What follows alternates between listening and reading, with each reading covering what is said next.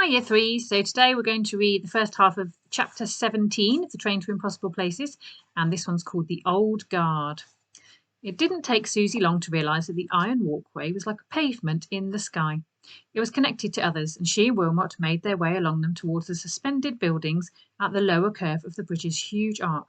One of the walkways twisted like a giant corkscrew, and Susie suddenly felt herself walking upside down. Now, when she looked up, the yawning chasm was high above her, and when she eventually stepped off the walkway into the streets of the underside, the buildings finally seemed to be the right way up. It was an uncomfortable experience, knowing there was nothing but a bit of magic between her and headlong plunged into certain death. But if gravity was negotiable, then the trolls had driven a really hard bargain, because walking through the underside felt as normal as walking through any other town, albeit a town full of trolls.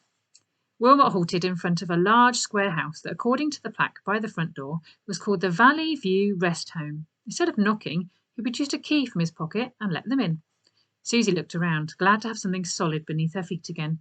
It looked like a perfectly normal building on the inside, albeit one built at a scale more suitable for trolls than humans. They had stepped into a spacious entry hall with wooden panelled walls that were decorated with large paintings of various troll locomotives. One depicted the Belle de Roi, its funnel spewing sparks and steam, its wheels ablur. The air smelled of mint and lavender, and the whole place had an air of patient quiet about it, despite the team of trolls in grey nurses' smocks who shuttled constantly back and forth, bearing trays and trolleys and stacks of linen. Like the traffic on the overside, they gave the impression of a well-choreographed routine, but with none of the fanfare. Susie immediately felt safer just watching them. "Oh, hello!" One of the nurses, older and rounder than the others, with a honey-coloured skin, spotted them and diverted her course, giving Susie a quick appraising glance as she approached, but saving most of her attention for Wilmot. "Is that our Wilmot?" "Hello, Auntie Dorothy," Wilmot beamed, and inclined his head to accept the loud, wet kiss she planted on his nose. "Sorry to drop by unannounced, but we need some help. Is Mum about?" "I'll just check," said Dorothy, and filled her lungs before exploding. "Gertrude! Gertrude! Your boy's here!" Susie and Wilmot both winced at the noise, which echoed around the hall for several seconds. As one, the other nurses all paused and looked up at the cry, and Susie heard it carried away to distant and unseen corners of the building. Then, the message delivered, the nurses all carried on as though nothing had happened. "She'll let us know where she is in a sec," said Dorothy, smiling. "So I see you've brought a girl home." Her eyes flicked to Susie again. "Not much of a nose on her, but she's good and tall, I'll give her that." "What?" Wilmot's ears went a sudden shade of red that Susie thought they might combust. "Oh, no, Auntie, it's not like that. It's—" "We've been waiting for the day," said Dorothy, ignoring the embarrassment and addressing Susie directly. "His mum swore it had never happened, and I must admit, had my doubts, especially when she joined the service. I mean, there's no opportunity for a young troll to step out with anyone when they're holed up by themselves in a sorting carriage day and night, is there? But here you are." She stepped back, the better to take Susie in.